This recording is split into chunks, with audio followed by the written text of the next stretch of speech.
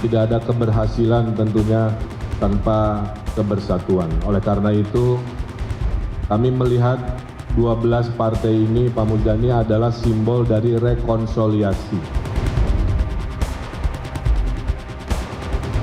Agar kami bisa diberikan kesempatan untuk berkontestasi, untuk memperjuangkan harapan rakyat DKI. Saya kira memang ini ada indikasi, ada unsur mau menciptakan ada calon independen.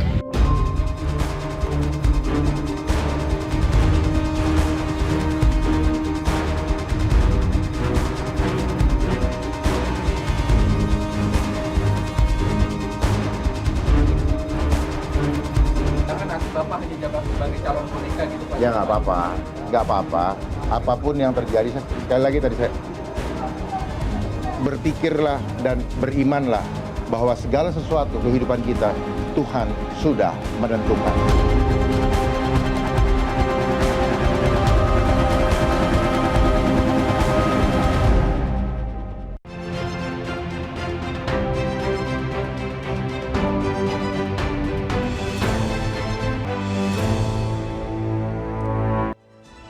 Selamat malam pemirsa. Pilkada Jakarta kian panas, penuh nuansa drama. Mulai dari dugaan skenario kota kosong hingga hadirnya calon independen yang diiringi skandal pencatutan KTP warga.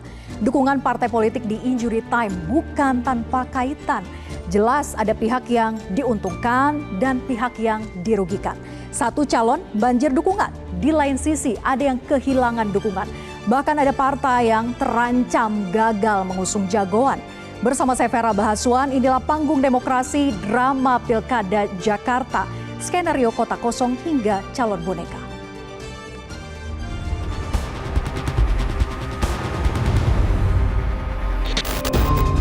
Dinamika politik Pilkada Jakarta kian dinamis. Sore tadi 12 partai politik yang tergabung dalam Koalisi Indonesia Maju atau KIMPLUS telah mengumumkan bakal pasangan Cagup dan Cawagup DKI Jakarta Ridwan Kamil Suswono. Dan tidak ada keberhasilan tentunya tanpa kebersatuan. Oleh karena itu, kami melihat 12 partai ini, Pak Muzani, adalah simbol dari rekonsiliasi. Sebelumnya pertanyaan terkait siapa lawan tanding Ridwan Kamil untuk memperebutkan kursi Jakarta 1 juga jadi tanda tanya besar. Hingga akhirnya muncul Bacagup dan Bacawagup jalur perseorangan Dharma Pongrekun dan Kun Wardana yang sekaligus menggugurkan skenario calon tunggal lawan kota kosong di Pilkada Jakarta. Skenario kota kosong sebelumnya dinilai memang tidak dikehendaki oleh elit-elit Kim karena mempertimbangkan resiko yang dianggap terlalu besar. Dan dinamikanya juga akan kelihatan nanti apakah itu nanti kota kosong, tapi saya yakin nggak kota kosong. Akan tetapi lolosnya calon independen ini dianggap sekedar pelengkap dan dinilai telah diskenariokan agar seolah-olah Pilkada Jakarta tahun ini tampak demokratis. Saya kira memang ini ada indikasi, ada unsur mau menciptakan ada calon independen. Menanggapi hal itu, pasangan Dharma Pongrekun Kun Wardana mengaku pencalonan mereka pada Pilkada Jakarta bukan bagian dari settingan untuk membatalkan pasalon tunggal atau lawan kota kosong di Pilgub Jakarta. Dan kami bukanlah by design, kami bukanlah settingan, tidak. Dan tidak ada siapapun di belakang kami. Tak hanya itu, skandal dugaan pencatutan KTP warga untuk meraup dukungan juga mengiringi kemunculan duet Dharmakun. Meski keduanya mengaku tak terlibat langsung dalam pengumpulan KTP warga Jakarta sebagai syarat dukungan. Jadi kami tidak terlibat langsung dalam pengumpulan data pendukung. Buat yang memang bukan pendukung kami akan tersaring dengan sendirinya. Di sisi lain, mantan Gubernur DKI Jakarta Anies Baswedan bakal gigit jari. Pasalnya tiket untuk maju sebagai bakal calon gubernur di Pilkada Jakarta bisa dipastikan gagal didapat usai PKB di injury time resmi memantapkan sikap untuk ikut bergabung bersama KIMPLUS mendukung Ridwan Kamil di Pilkada Jakarta. Kita sudah pastikan PKB bersama Gerindra dan siapa calon yang diusung kita juga mengetahui, karena itu saya pikir sudah jelas dan final PKB bersama Gerindra di Pilkada DKI. Keputusan PKB itu tak hanya mematahkan asa Anies Baswedan. Seiring dengan itu, upaya PDI Perjuangan untuk ikut dalam kontestasi pilkada juga terancam gagal total. Pasalnya, PDIP tidak memiliki cukup kursi di DPRD DKI Jakarta untuk mengusung pasangan calon sendiri. Saya suka ngomong pada diri saya sendiri, kasihan deh PDI Perjuangan. dikungkung, ditelikung, tinggal sendirian gitu. Wah, yang lain apa namanya? Kim Plus. Lantas akan seperti apa kontestasi Pilkada Jakarta nanti? Akankah duet Darmakun menempuh jalan mulus hingga tanggal pendaftaran nanti di tengah ganjalan dugaan pencatutan KTP warga? Dan mampukah calon independen berdaya melawan duet Ridwan Kamil Suswono dengan dukungan koalisi besarnya? Dan untuk mengulasnya sudah hadir di studio Metro TV ada Ketua DPD Partai Gerindra Jakarta Ahmad Rizal Patria. Selamat malam Bang Riza. Selamat malam. Kemudian juga ada Sekretaris Des Pilkada PKB Zainul Munasihin. Selamat malam Kang Zainul. Selamat malam Mbak Fira. Kemudian pengamat politik sekaligus Direktur Lingkar Madani Ray Rangkuti. Selamat malam Bang Ray. Malam.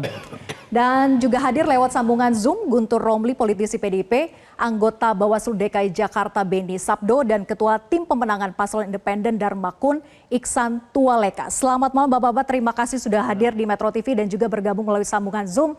Saya langsung saja untuk memulai diskusi ke Bang Riza dulu pastinya. Bang Riza, RK Suswono baru saja resmi dideklarasikan. Pertanyaannya kemudian adalah mengapa Suswono dari sekian nama mentereng yang sejauh ini muncul di survei? Iya kan setiap partai memang ingin kader terbaiknya tampil dalam kontestasi tidak hanya di Pilpres tapi juga Pilkada ya di provinsi, kabupaten, kota. Begitu juga di Jakarta. Terlebih satu provinsi yang prestisius lah saya kira.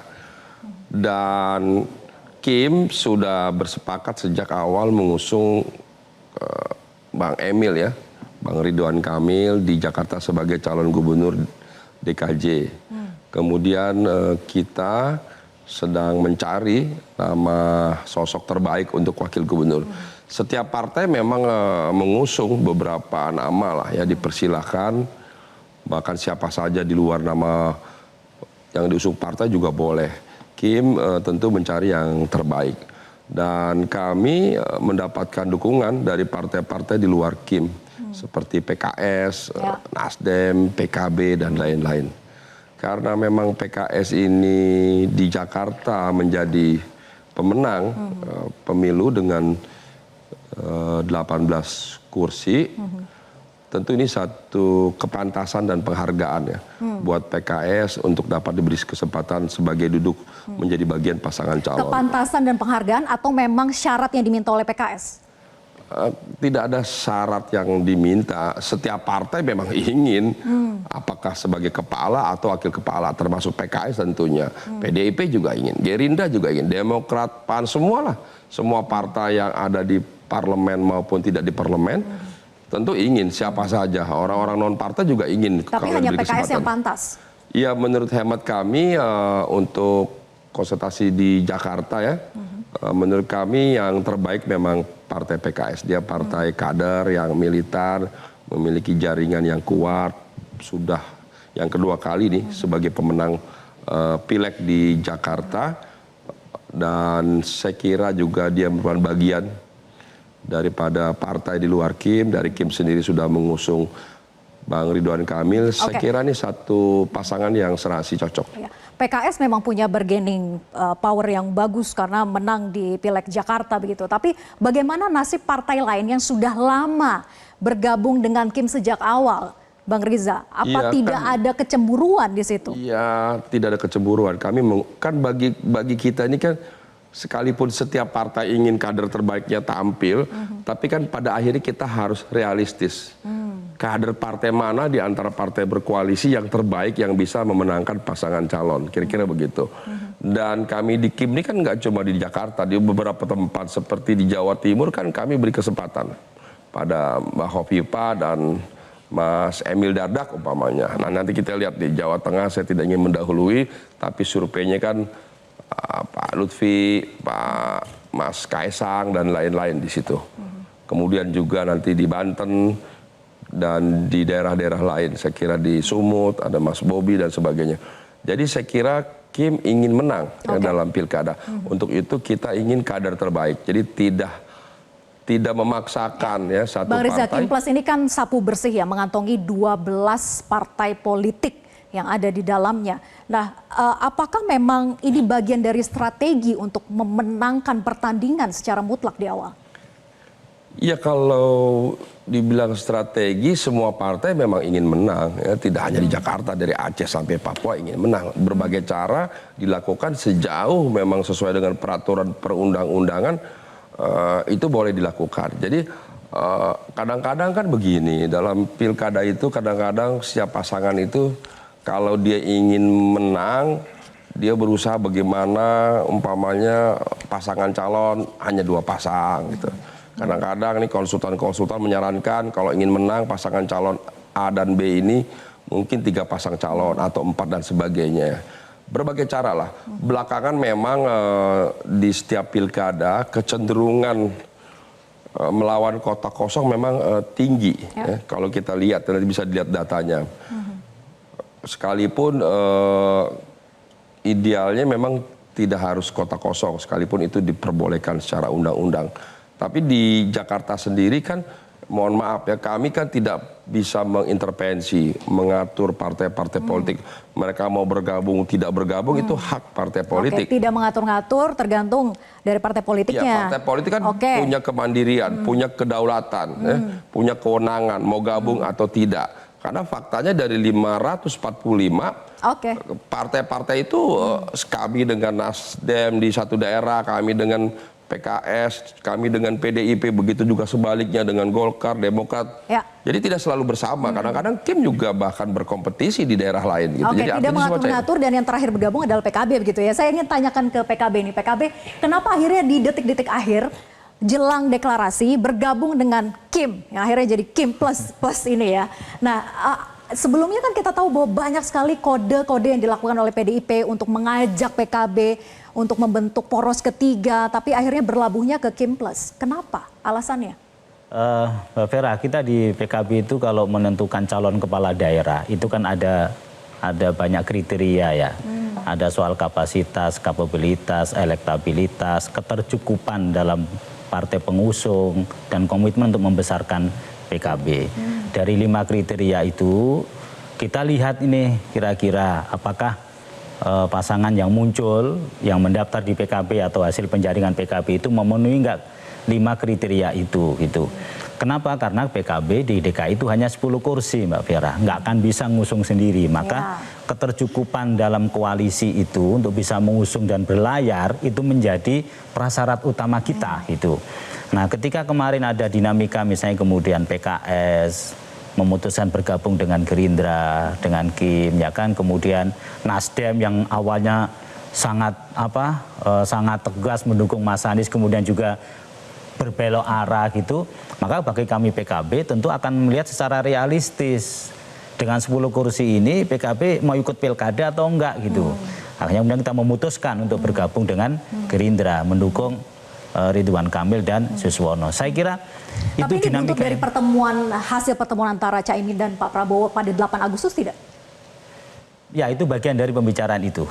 Jadi memang di situ sudah dibahas sebetulnya. Bagaimana PKB untuk bergabung dengan Kim Plus. Walaupun mungkin tidak secara spesifik ya, tapi kan ketika Pak Prabowo selesai ditetapkan sebagai presiden terpilih di KPU dan berkunjung ke kantor DPP PKB kan sudah berkomitmen untuk mengajak PKB bersama-sama, termasuk dalam pilkada. Jadi clue-nya sudah kita dapat gitu. Tinggal kemudian kita mengeksekusinya di masing-masing pilkada di provinsi maupun kabupaten kota, dan di DKI kita bersama dengan Gerindra, di tempat lain mungkin kita tidak bersama. Itu biasa menurut saya. Itu dinamika pilkada di masing-masing daerah itu betul-betul sangat dinamis. Oke, dinamika yang dialami oleh PKB pun juga sempat bergesekan dengan PBNU begitu ya. Nah, ini sempat memanas, tapi kemudian setelah PKB yang akhirnya bergabung dengan Kim Plus itu seolah sirna. Apakah itu juga bagian dari salah satu pertimbangan? Tapi dijawab nanti. Saya tetap bersama kami di Panggung Demokrasi.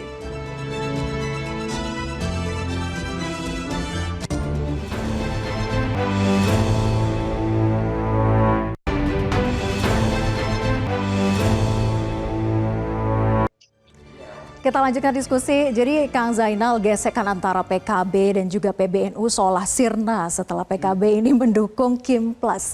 Nah, apakah sebetulnya ada kaitannya antara gesekan yang sebelumnya pernah terjadi dengan PBNU dengan akhirnya PKB masuk ke Kim Plus? Tidak ada sebetulnya, nggak ada hubungannya. Tidak ada kaitan keputusan soal itu. Ini murni dinamika peta koalisi di pilkada. Kalau soal yang dinamika di PBNU itu kan soal lain ya. Tapi kalau soal kenapa kita memilih RK dan juga Suswono dalam konteks Pilkada DKI itu betul-betul karena pertimbangan bahwa potensi kemenangan itu ada di RK Suswono dan bukan PKB. posisi Caimin yang terancam? Oh bukan, nggak ada hubungannya. Insya Allah Caimin aman kok posisinya. Oke, insya Allah Caimin aman. Saya ke Bang Rey. Bang Rey, dengan adanya RK Suswono, dan ini tentu mengejutkan kita juga begitu ya, nama Suswono belum pernah muncul di survei sebelumnya. Nah, kenapa Suswono ini sebetulnya bisa menjadi titik temu antara sekian banyak parpol yang bergabung dalam Kim Plus? Ya ini menarik karena nama Suswono dengan sekaligus menghilangkan nama Kaisang. Karena selama ini kan yang terdengar itu RK dipasangkan dengan Kaisang kan. Ya. Dan Kaisang entah siapa yang memasang, tiba-tiba ketika RK misalnya mengatakan saya siap ke Jakarta, hari yang sama kayak sorenya gitu bermunculan tuh spanduk yang mendukung Kaisang untuk maju di Pilkada Jakarta gitu. Jadi oleh karena itu banyak orang berpendapat Kaisang adalah calon yang akan dipasangkan dengan RK sampai kemudian Ketua Umum Golkar saat itu Pak Erlangga Hartarto menyebut inisial S gitu. Nah mungkin banyak orang masih tetap tidak menduga bahwa S itu akan merujuk ke Suswono gitu ya. Sang pisang juga bisa sih. Makanya masih tetap ada keyakinan bahwa itu adalah Kaisang gitu ya. Sampai kemudian dalam bacaan saya ya, dalam kronologi yang saya lihat gitu, Pak Zulhas juga mengatakan yang sama, tapi bahkan Pak Zulhas mengatakan kalau PAN sih pinginnya Kaisang itu di Jawa Tengah aja gitu kira-kira ya, tapi di Jakarta juga boleh gitu ya kan. Nah itu mulai makin menguat, ini siapa?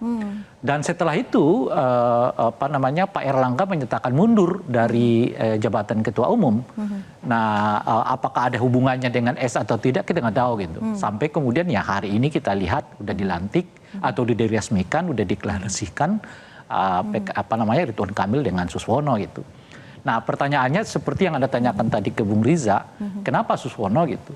Karena menurut saya itu cara yang paling ampuh mengikat PKS gitu. Karena PKS itu kan seperti berulang kali mereka sampaikan pada publik, target mereka itu posisi minimal wakil.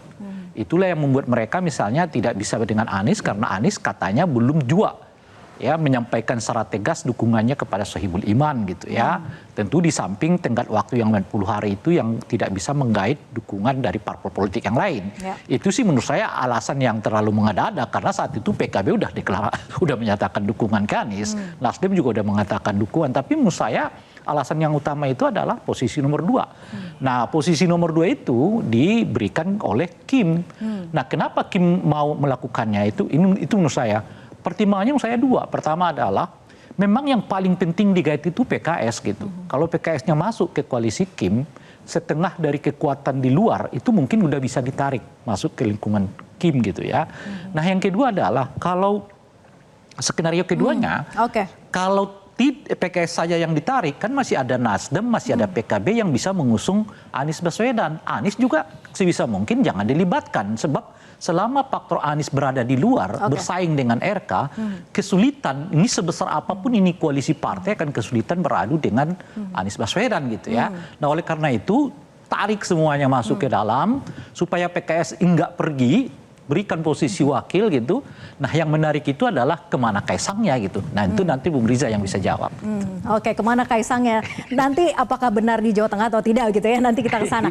Tapi ini soal Pilkada Jakarta yang kita bahas, bahwa berkaitan dengan calon independen yang diduga melakukan pencatutan KTP yang saat ini sedang dilakukan rapat pleno oleh KPU. Kita simak pernyataan berikut ini. Karena Pak, berarti ini rapat yang sudah berjalan ini berarti masih belum bisa memutuskan ya apakah pasangan Dharma ini ditetapkan atau belum? Rapat pleno ini diskusi masih berjalan.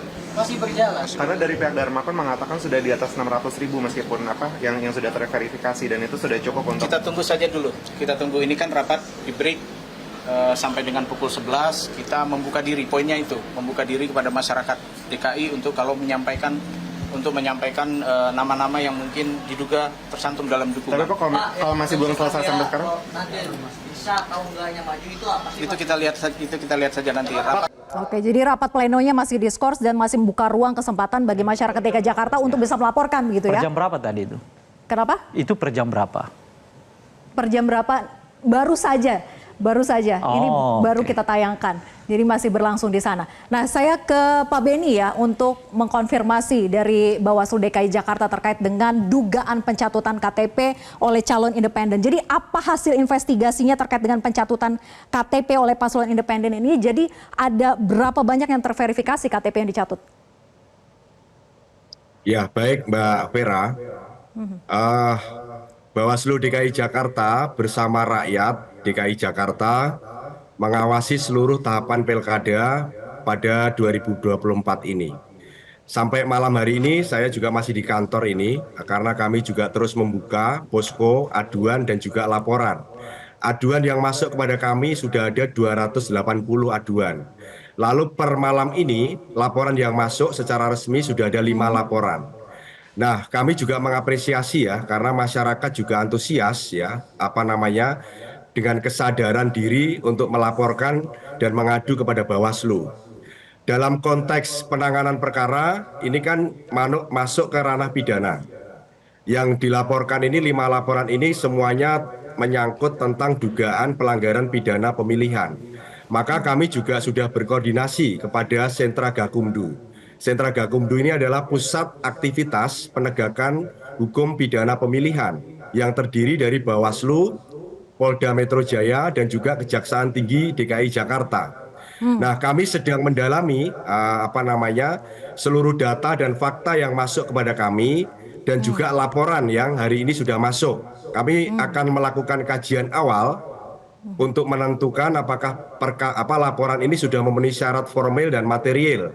Nah, nanti kalau sudah memenuhi syarat formil dan material, kami akan bahas di Sentra Gakumdu untuk menindaklanjuti secara hukum acara di Sentra Gakumdu. Pak Beni, keluhan yang muncul di aplikasi X itu kan banyak sekali Pak Beni. Mungkin dibandingkan dari yang melapor ataupun yang mengadu ke Bawaslu jauh lebih besar yang menggunakan sosial media begitu. Apakah juga secara aktif kemudian Bawaslu melakukan upaya untuk investigasi secara mandiri di luar dari aduan ya? Baik, data yang masuk ke kami ini kan data bergerak ya. Artinya data ini belum final. Dan kami juga menyampaikan ya bahwa kepada seluruh warga DKI Jakarta, silahkan kalau mau melapor ataupun mengadu kepada kami. Kami membuka posko di seluruh jajaran kami ya, dari level provinsi, kabupaten kota sampai tingkat kecamatan. Dan ini kami standby 24 jam. Kalau misalkan menyampaikan laporan atau aduan, pasti kami akan tidak lanjuti. Artinya yang proses di KPU sekarang lagi pembahasan pleno, tentu itu memang mereka punya tahapan. Tapi kami secara kewenangan Bawaslu itu bisa menerima seluruh aduan dan laporan dari masyarakat itu. Kami tidak bisa menutup mata dan telinga terhadap proses kontestasi ya pilkada di DKI Jakarta ini supaya pilkada di DKI Jakarta ini bisa berjalan sesuai dengan. Tapi poskonya sampai kapan dibukanya Pak Beni? Data terus bergerak, poskonya tetap dibuka itu sampai kapan? Karena tanggal 27 itu sudah pendaftaran sebetulnya. Ya, kami secara institusi belum ada keputusan untuk menutup itu kapan. Artinya ini masih kita buka karena ini bagian dari respon kepada publik. Dan kami mengajak seluruh masyarakat untuk terlibat, ya, berani melaporkan kepada kami supaya kami juga mempunyai data dan fakta ini supaya kita kumpulkan itu. Karena dalam menangani perkara pun kami kan juga ada waktunya, gitu ya. Artinya di dalam penanganan perkara kami ini ada 5 laporan yang masuk. Ini kan kami harus melakukan kajian awal. Nah, kajian awal ini kami punya waktu 2 hari. Nah, nanti setelah 2 hari kita akan tentukan lebih lanjut. Artinya kita bisa memanggil pihak-pihak ya, baik itu pelapor, saksi dan juga para terlapor. Oke, proses verifikasi secara faktual di lapangan itu kan sebetulnya menjadi kunci ya. Bagaimana peran Bawaslu juga untuk mengawasi apakah KPU benar-benar melakukan cek and recheck satu persatu dari rumah ke rumah, benar atau tidak si A, si B ini mendukung gitu calon independen ini. Apakah peran itu juga sudah dilakukan oleh Bawaslu dan bagaimana rekomendasi akhirnya yang disampaikan ke KPU hari ini? Kalau selama proses pengawasan, kami tentu melakukan pengawasan itu secara melekat. Tapi perlu diketahui oleh publik juga bahwa personil Bawaslu ini kan terbatas. Kami punya personil di tingkat provinsi 7 orang. Di kabupaten kota itu 5 orang, di kecamatan 3 orang, dan di kelurahan cuma 1 orang. Ini berbeda dengan KPU melakukan verifikasi faktual itu kan mereka bisa merekrut puluhan ribu orang ya. Artinya personil kami ini terbatas. Tapi dalam proses pengawasan kami, memang kami dapati itu misalkan contoh ya, orang yang misalkan Pak Cahyo Kumolo itu kan sudah meninggal. Itu masih masuk dicatut sebagai pendukung. Lalu misalkan ada staf atau pengawas kami ya di tingkat kecamatan, di tingkat kelurahan itu juga dicatut. Tapi ini sudah kami berikan saran perbaikan waktu proses di sebelum penetapan syarat dukungan minimal sebelumnya itu. Nah, kalau misalkan itu ada yang lewat, tentu kami juga mengajak masyarakat itu ya, karena kita juga tidak bisa meng-take over semuanya, karena keterbatasan personil. Ini yang perlu juga kami sampaikan kepada publik. Tapi pengawasan Bawaslu itu sudah optimal ya. Pak Benny, singkat saja. Jadi apakah bisa Bawaslu membatalkan calon independen dengan hasil pembuktian bahwa banyak terjadi pencatutan KTP? Apakah hanya melihatnya dengan pendekatan kuantitatif atau kualitatif? Tentu kalau kita melihat dari sisi kualitatif, kita kan juga melihatnya bagaimana kita menegakkan aturan ini ya. Artinya proses pencalonan ini juga harus dilakukan secara jujur dan adil. Artinya Bawaslu juga terus ya, artinya tidak akan berhenti bahwa nanti pada akhirnya kalau yang menetapkan ini kan di KPU ya. Artinya kami tidak punya kewenangan dalam hal penetapan. Tapi kami bisa memberikan saran perbaikan ataupun rekomendasi. Nah, kalau soal yang laporan dan pencatutan, kami ini kan masih dalam proses penanganan perkara. Sehingga kami belum bisa mengambil kesimpulan itu. Tapi secara prinsip bahwa kualitas demokrasi di DKI Jakarta sebagai barometer politik nasional, tentu kami punya kepentingan yang sama ya terhadap seluruh kritik publik atau yang muncul di ruang publik hari ini. Karena Bawaslu bersama rakyat akan mengawasi seluruh proses tahapan pemilihan pilkada di Jakarta ini. Saya tanyakan ke tim pemenangan calon independen Dharma Kun, Bang Ihsan, tadi Anda mendengar pernyataan dari Bawaslu bahwa saat ini masih berproses, masih diinvestigasi begitu ya. Anda optimis tidak calon jagoan Anda ini benar-benar bisa lolos dengan smooth sampai dengan pendaftaran nanti? Ya, selamat malam. Tentu saja optimis ya, karena kalau kita melihat angka-angka yang disampaikan dari Bawaslu tadi, 300, kemudian ada lagi tambahan 5 malam ini, tentu masih di bawah 400 ya, yang kemudian menyanggah atau merasa bahwa mereka dicatut. Itu masih totalnya masih di bawah 1% ya dari total dukungan yang sudah kami serahkan dan dinyatakan memenuhi syarat oleh KPU sebelumnya. Jadi saya kira masih optimis karena masih jauh dari dukungan yang sudah kami serahkan. Oke, Bang Ihsan, Pak Dharma itu kan mengatakan begini, mengaku tidak ikut-ikut galang KTP, ada relawan yang bekerja mengumpulkan. Nah, Anda kan sebagai salah satu tim relawan begitu ya, bahkan tim pemenangan, tentu bisa menjelaskan bagaimana sebetulnya proses dan cara pengumpulan KTP yang bisa dihimpun segitu banyaknya dalam waktu yang cukup singkat ya, beberapa bulan saja, beda dengan cerita Ahok dulu bahkan. Ya, jadi sebenarnya polemik yang kita diskusikan malam ini sebenarnya sudah kami prediksi sejak awal. Karena kami melihat bahwa sekalipun calon independen ini dimungkinkan oleh konstitusi, tapi secara realitis itu kurang masuk akal begitu. Kenapa tidak? Kita itu cuma diberikan tenggat waktu hanya kurang dari 3 bulan untuk mengumpulkan KTP 7,5% yang nilainya atau totalnya hampir 600.000 lebih. Dan kemudian kita juga diberikan tenggat waktu kurang dari 5 hari atau 4 hari dari tanggal 8 sampai tanggal 12 untuk menguploadnya ke sistem Silon. Jadi sebenarnya di awal telah terjadi perdebatan ini antara kami, Bawaslu juga sering kali ada dalam pertemuan kita dengan KPU, kita sudah menganggap bahwa ini sudah tidak mungkin. Tapi karena kita ingin tetap ada dan berkontestasi, kita kemudian memanfaatkan media sosial untuk menghimpun dukungan. Jadi dari berbagai media sosial itu orang kemudian menyampaikan dukungan ke kami kemudian menindaklanjuti agar mereka secara sporadis untuk bisa mengumpulkan KTP di lingkungan mereka. Jadi hanya sosial media tidak melakukan pertemuan sama sekali dengan masyarakat antara Dharma Pongrekun dengan juga Kun Wardana ya, kepada masyarakat tidak ada? Tentu ada juga berbagai pertemuan, terutama dengan relawan-relawan kita yang menjadi katalisator. Jadi kita sebenarnya memanfaatkan media sosial sehingga kita ini di tim itu sebagai katalisator untuk mengumpulkan dukungan dari masyarakat yang diantaranya datang juga secara gelondongan. Misalnya ada yang datang bawa 500 surat dukungan dan KTP, ada yang datang bawa 1000, ada bahkan datang bawa 2000 dan ada yang lebih banyak lagi. Nah, dukungan-dukungan itu kemudian oleh tim di kantor pemenangan kita pilah berdasarkan kelurahan, kecamatan, lalu kemudian itu kita upload. Kita sebenarnya kalau dimungkinkan atau diberikan ruang dan waktu yang cukup untuk melakukan verifikasi internal, kemungkinan ini tidak terjadi. Tapi karena kita seperti dikondisikan oleh waktu, kita harus mengupload sebanyak mungkin sesuai dengan jumlah minimal yang bisa kita serahkan, lebih dari 600.000 itu. Dan kita tahu juga bahwa KPU itu punya mekanisme verifikasi administratif dan faktual. Atau dan verifikasi faktual. Dan kita berharap bahwa verifikasi yang dilakukan oleh KPU itulah yang kemudian dengan sendirinya akan memilah mana saja data atau dukungan yang bisa dipinggirkan karena memang tidak memenuhi syarat dan mana saja yang memenuhi syarat.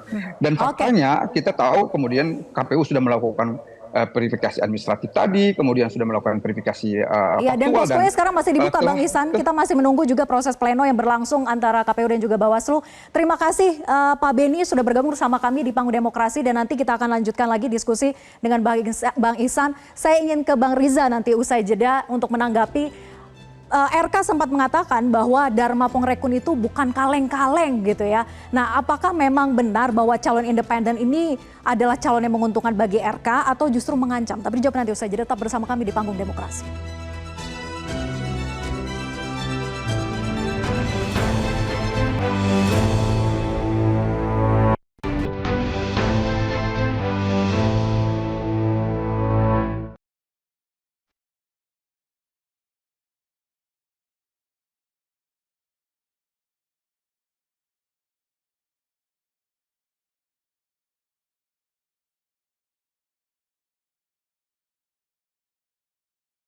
Oke, tadi kita sudah lihat pernyataan dari Ridwan Kamil begitu ya, bahwa mengatakan Pak Dharma Pongrekun itu bukan kaleng-kaleng, Jenderal Bintang 3 dan sebagainya.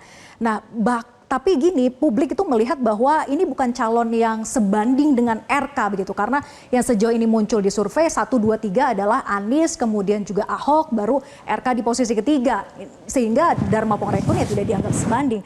Nah, apakah ini sebetulnya adalah calon yang menguntungkan bagi RK Suswono atau justru calon yang mengancam?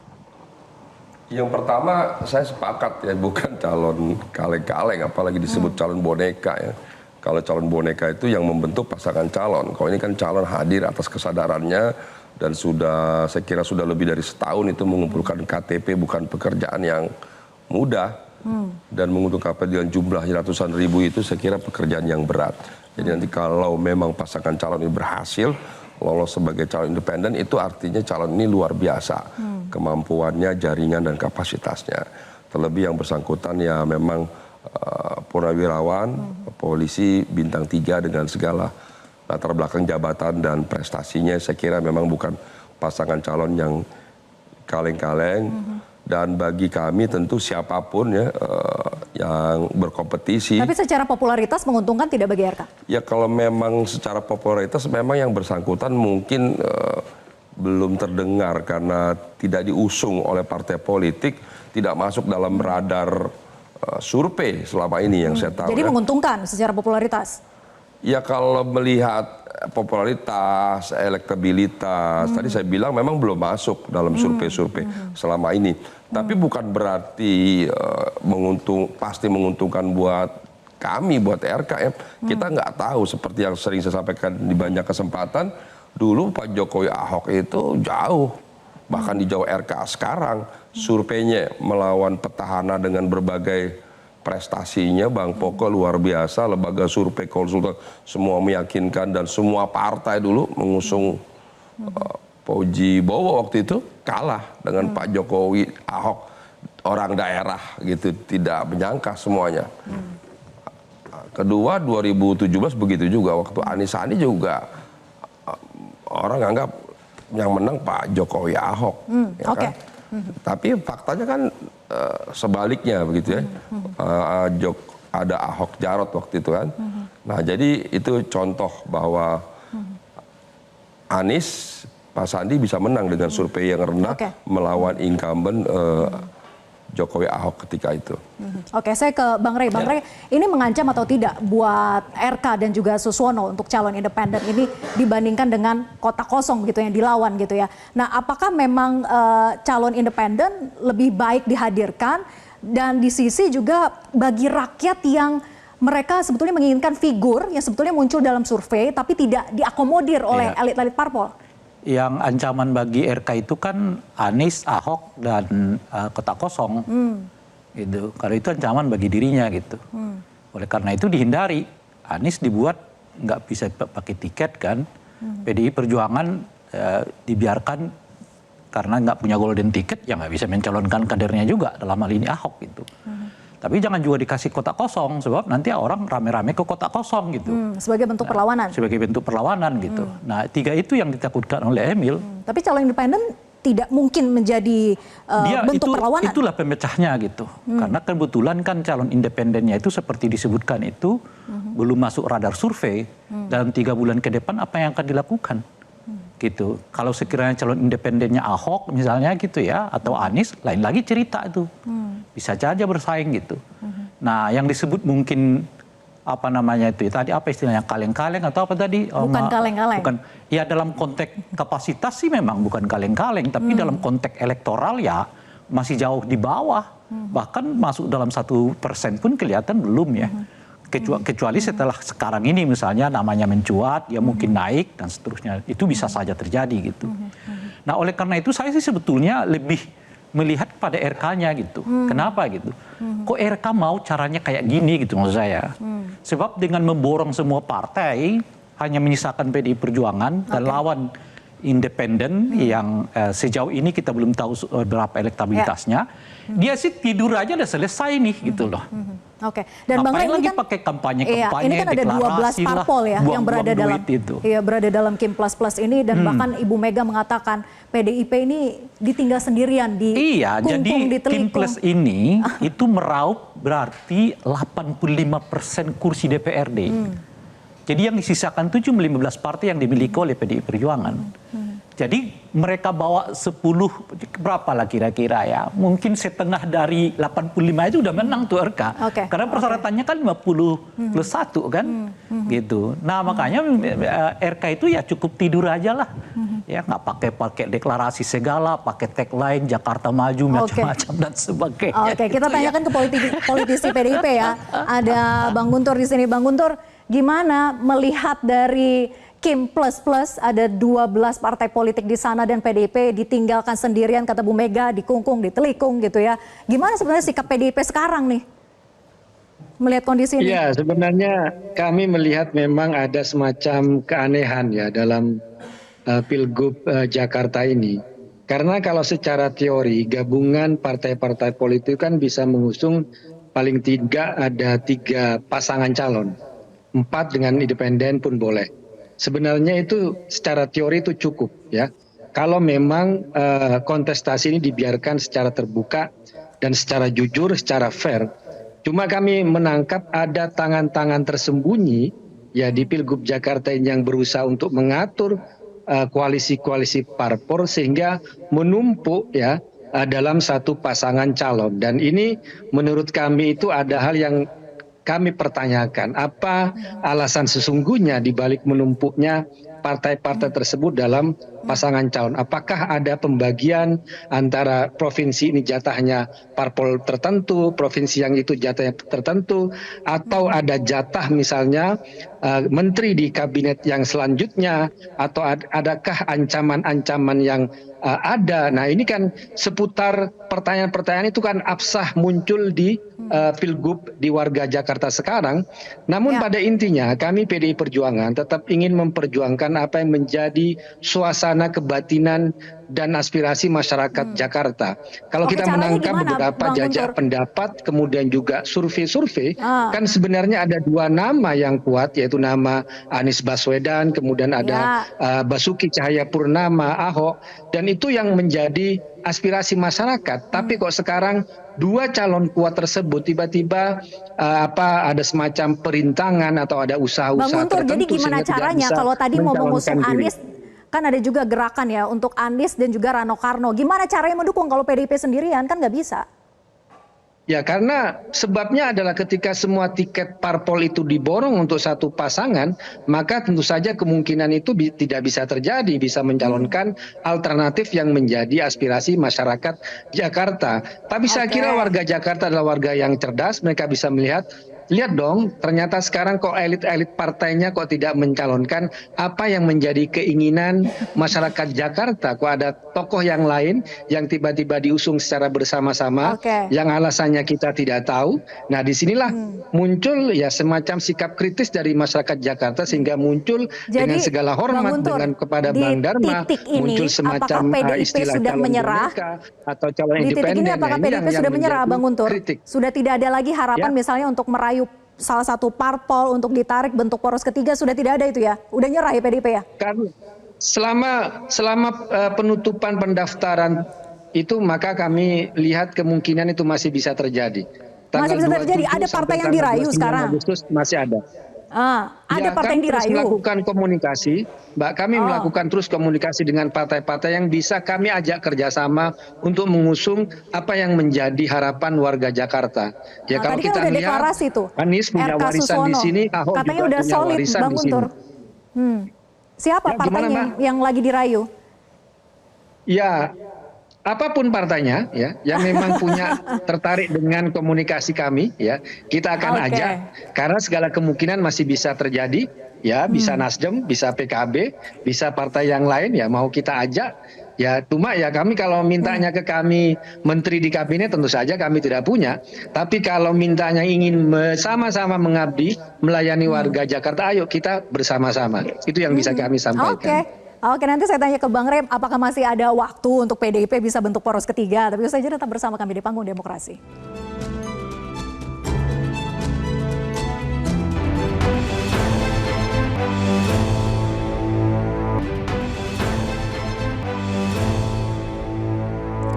Kita lanjutkan diskusi, saya ke Bang Rey. Bang Rey tadi dikatakan Bang Guntur gitu ya, bahwa PDIP masih optimis untuk bisa merayu-rayu partai yang ada di Kim Plus Plus itu untuk bisa bentuk poros ketiga. Apa iya masih ada waktu dan masih memungkinkan ada partai yang mau? Nah, kalau soal waktu masih, karena pendaftaran kan tanggal 27, alias masih ada sekitar 6 hari lah sebelum ada pendaftaran. Di dalam 6 hari itu bisa saja segala sesuatu terjadi gitu. Tapi masih mungkinkah? Nah ini kemungkinannya mungkin di bawah 50%, alias sulit. Kecuali mungkin dalam ada perubahan politik yang dahsyat. Misalnya tiba-tiba PKB kok merasa masih terus diganggu nih gitu loh. Nah supaya meningkatkan daya tawarnya ke si pengganggu, ya saya keluar nih dari koalisi. Nanti saya masuk dengan PDI Perjuangan gitu. Nah itu bisa juga pola-pola mungkin tidak itu terjadi. Gitu, saya langsung lempar ke Kang Zainul. Mungkin tidak ada gangguan semacam itu lagi. Per hari ini sepertinya sudah final. Oh, udah final. Sudah final ya, kita ke per hari ini. Ya kan per hari ini. Iya makanya per hari ini. Tapi bahwa keputusan itu sudah diambil oleh DPP PKB dan sudah final kita ke RK Suswono. Cuman begini Mbak Vera, saya juga ingin menyampaikan kepada Bang Guntur bahwa nggak perlu terlalu sensi lah soal kotak kosong ya. Kenapa? Karena fenomena kotak kosong itu tidak hanya ada di DKI, di pilkada kabupaten kota juga banyak fenomena kotak kosong. Dan pelakunya salah satu juga para petahana-petahana PDIP juga banyak juga melakukan hal yang serupa, inginnya partai diborong semuanya gitu. Jadi menurut saya kotak kosong itu adalah bagian dari konsekuensi ketika misalnya dalam pilkada itu penentu untuk berlayar itu adalah partai politik. Padahal kita juga ada independen kan. Bagi mereka yang tidak ingin ada kotak kosong sudah disiapkan jalur independen. Itulah jalur untuk mereka yang tidak puas dengan apa yang diusung oleh partai politik. Jadi saya kira sah-sah saja, wajar-wajar saja gitu. Bang Riza, tadi dikatakan bahwa masih ada keinginan untuk merayu-rayu partai yang ada di Kim Plus Plus. Jadi mungkin nggak itu terjadi? Apakah ini memang sudah diikat erat-erat, Kim Plus Plus tidak akan renggang sama sekali, tidak ada yang keluar? Iya, silakan ya partai-partai lain ingin membangun satu koalisi baru, itu sah saja ya. Waktunya memang ada. Kan tinggal PDIP sendirian ya? Ya, tinggal PDIP sendiri mau mencoba mencari teman. Saya kira nggak bisa kita larang, itu halal dan sah. Namun demikian kami meyakini bahwa Kim dengan Kim Plus ini sudah solid. Apalagi tadi kami sudah mendeklarasikan ada 12 partai politik di Dewan dan di luar Dewan. Kemudian juga semakin solid, semakin yakin, dan insya Allah nanti pada waktunya tanggal 27 November kita akan memenangkan pilkada di Jakarta. Solid dan yakin. Singkat saja sedikit, Bang Rey, bagaimana ke depannya? Apakah perlu diatur? Tadi dikatakan bahwa di daerah pun sebetulnya terjadi lawan kotak kosong yang namanya koalisi gemuk. Perlukah nanti diatur sebetulnya bahwa partai politik mengusung itu bergabung dalam suatu koalisi tidak boleh terlalu banyak atau dibatasi jumlahnya? Iya bisa saja, tetapi menurut saya sih kita terlalu banyak aturan juga. Undang-undang pemilu kita itu tebalnya bisa lebih dari segini nih. Saya kira itu undang-undang paling tebal di Indonesia. Tapi nggak kejadiannya begini-begini. Ini yang saya sebut yang paling penting itu pucuk pimpinan kita secara nasional, Pak Jokowi. Nah, kita mengalami sebuah pilpres yang sangat buruk. Nah, sekarang juga Pak Jokowi kesan saya ya akan mewarisi sebuah pilkada yang sangat buruk. Apa pilkada yang buruk itu? Ditandai dengan dua hal. Meningkatnya dinasti politik, dan yang kedua adalah meningkatnya kotak kosong di banyak daerah. Yang boleh jadi ini menjadi rekod ya sepanjang pelaksanaan pilkada kita. Jadi apa yang terjadi di pilkada Jakarta hanya akuarium saja begitu ya? Tanggung jawab Pak Jokowi sebelum berakhir ini adalah memastikan bahwa pilkada 2024 ini betul-betul dengan standar moral demokrasi yang kita harapkan. Itu yang kita harapkan bersama. Terima kasih Bang Rey, kemudian juga Kang Zainul dan juga Bang Riza, dan semua narasumber sudah hadir maupun juga bergabung melalui Zoom. Terima kasih, saya Vera Baswan pamit undur diri. Terima kasih atas kebersamaan Anda. Sampai jumpa.